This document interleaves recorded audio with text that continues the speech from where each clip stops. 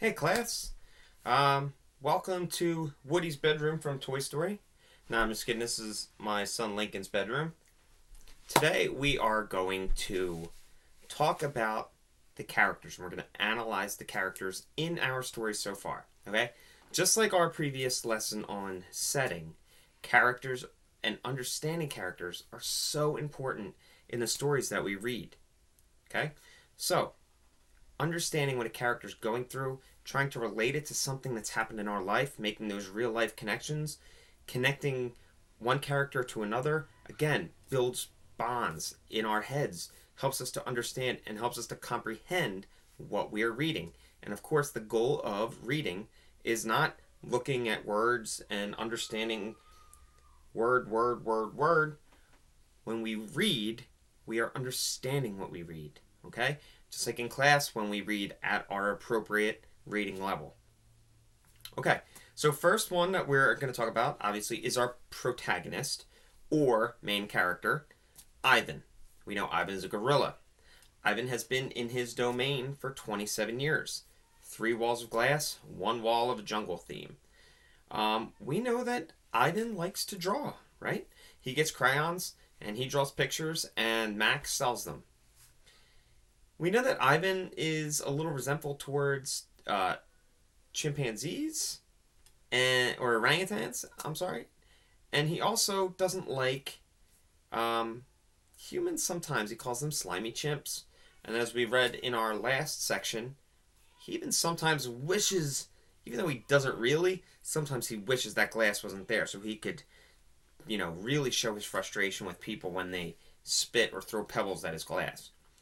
Next up, we're going to talk about Stella. Stella is one of our secondary characters. Stella, of course, is an elephant. She lives in the circus, and she's been in the circus since a long time ago. She was in a famous circus back years and years ago before she was sold to Mac. We know that Ivan views Stella as being extremely wise, right? We know that Stella is gigantic. She is a huge elephant. But also, she is scarred from her time at the previous circus when she used to wear chains around her legs. And we know that she has a limp. Her foot was injured while she was doing a trick at that previous circus, and they didn't need her anymore, so she got sold to Mac. And we know that that foot has not properly healed yet, so we're going to keep an eye on that as the story progresses. Next, we've got Bob. Bob's a dog. Bob is wild. Bob doesn't live in the circus. Bob isn't like Snickers, the dog who does tricks. Bob's by himself. Bob lives outside. Bob hunts for his food in the trash. Bob steals food from the floor. Bob loves being wild. We also know that Bob hasn't had a super easy life. He's been thrown out of the back of a truck with a couple of his siblings. He's the only one that survived. So we know Bob is a survivor. We also know Bob doesn't like poodles. I think that we're starting to learn a little bit more about Bob. Maybe Bob resents Snickers the poodle. Snickers lives on a pink pillow. She gets her food given to her. Bob doesn't like that. Bob likes to be by himself. So we're kind of seeing maybe Bob's a little jealous of other dogs. Our next one is our most recent character that we really learned a lot about, and that's Julia. Julia is the daughter of George. George cleans the mall at night. Now, Julia, again, is a young girl. She is also an artist. She's the one that gives Ivan her crayons and writing materials. Julia spends the night at the mall most nights, and she draws a lot. Now, Julia is the only one that Bob will allow to pet him. So we know that Julia is very kind. We also know that Julia, again, doesn't have a super easy life. Julia's mom used to come and help her dad with the mall and the cleaning of the mall. She doesn't come anymore because Julia's mom now is very sick. Finally, the last one we're going to talk about right now is Mac. Mac is the owner of the circus. Mac is a businessman. Mac hasn't been super happy recently because the circus isn't as popular as it used to be. He tells Ivan that he's not as popular as he used to be. He threw a can at the bird, at the bird that kept talking to him that one night where they hadn't had anyone come to the circus. Do we know more about Bob than we think we do? Maybe we do. His gorilla, which was his main attraction for years and years and years, had a hole the size of his hand in his glass. So essentially, Ivan could reach out and potentially grab people. But Mac hasn't fixed that problem. Mac throws things at animals. He says things to other animals. So, do we know if he just doesn't care, if he's all in it for the money, or if maybe he's just lazy? But one thing we do know about Mac is maybe he doesn't properly care for his animals because he has an elephant that has something wrong with her foot that has never fully healed, and it doesn't seem like Bob really ever addresses that. Next, we're going to talk about some connections. First, we're going to talk in story. So if we think about Ivan and Stella we'll start with. Both of them showpieces in this circus. Everybody comes to see Ivan and Stella. Now, both have been in captivity for many, many years. There's connections there. Now, there's also differences, so we can compare and contrast.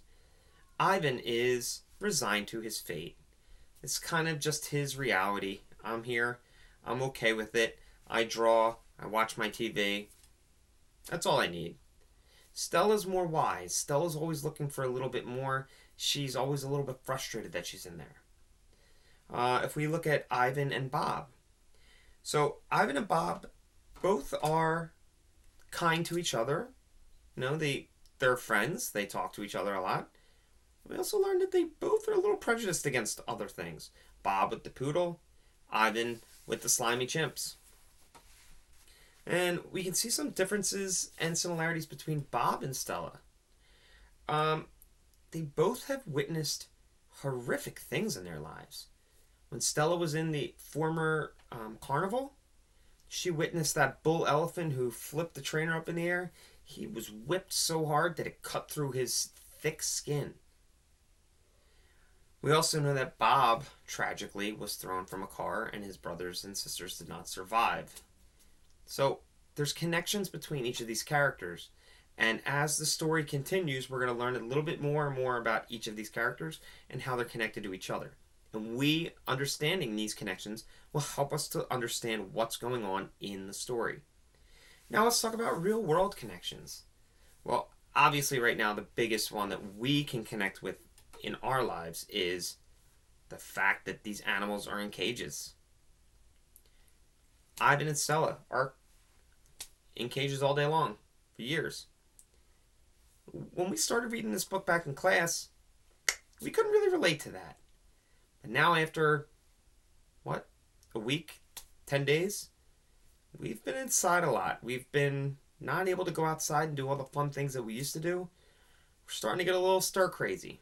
Imagine how Ivan, for 27 years, has been by himself in that cage.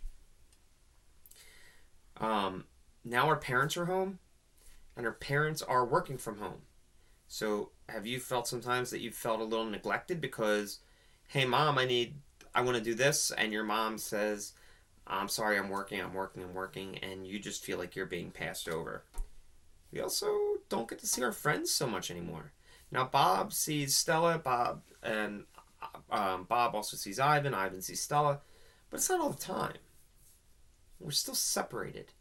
Now just today we started to do some teleconferences on Google Hangouts, just so we can see each other's faces, just to feel that connection.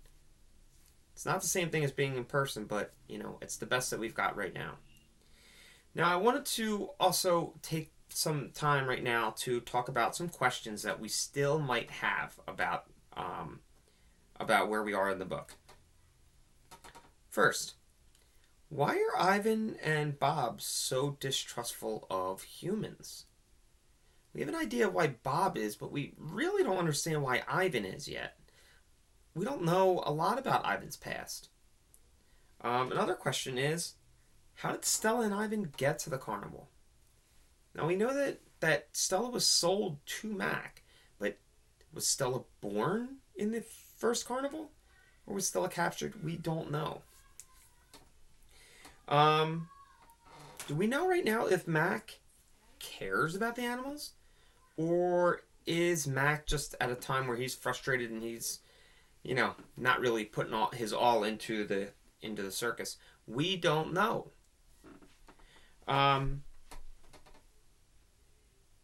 What happened to Tag? Tag was kind of mentioned back a couple of our videos ago. Tag was Ivan's twin sister. But is Tag still around? Will they reunite at some point? Is Tag still out in the wild? Were they ever in the wild? Were they born in captivity? Was Tag sent to this circus and Ivan sent to Mac's circus? We don't know. Okay? So again, we're trying to figure out, we're trying to sift through all of these questions as we go. And again, the more that we can understand our setting, like we had in that in the previous video, the more that we can understand the characters and what they're going through, the more we can comprehend what we're reading. And that is the goal as we continue through this novel. It's not Mr. Kelly standing in front of you and just reading a series of words to you. The author is trying to tell us something in this text, and it's our job to figure out what that is. So we're going to keep going. We're going to keep reading. We're going to keep looking at character, looking at setting, how does that factor into our understanding of what we're reading. We're going to do some more lessons coming up. And Mr. Kelly's going to keep reading, so I hope you keep watching. All right, guys? So Mr. Kelly saying I'll see you next time. I'll see you in class next time.